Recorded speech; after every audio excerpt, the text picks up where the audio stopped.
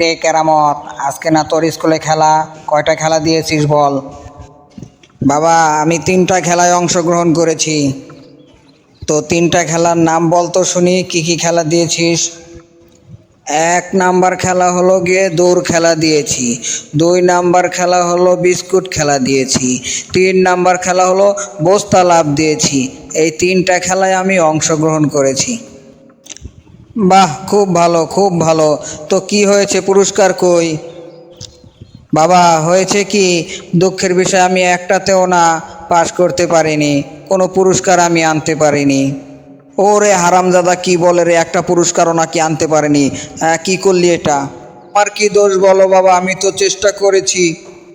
তুই দৌড় খেলায় কিভাবে হারলি সেটা আগে বল। আমরা 4জন মিলে দৌড় খেলায় অংশগ্রহণ করেছি। স্যার যখন বলল 1 2 3 আর সবাই দৌড় দিল, আমি তো ছিলাম 4 নাম্বারে, আমার নাম আর ডাকেনি।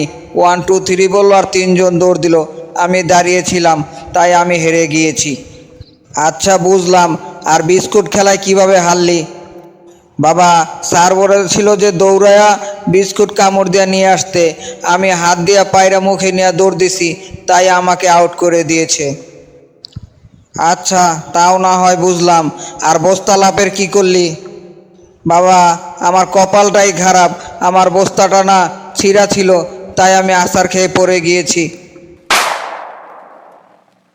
তাহলে তোর আজকে দিনটাও খারাপ, তোর কোনো খাওয়া দাওয়া নাই,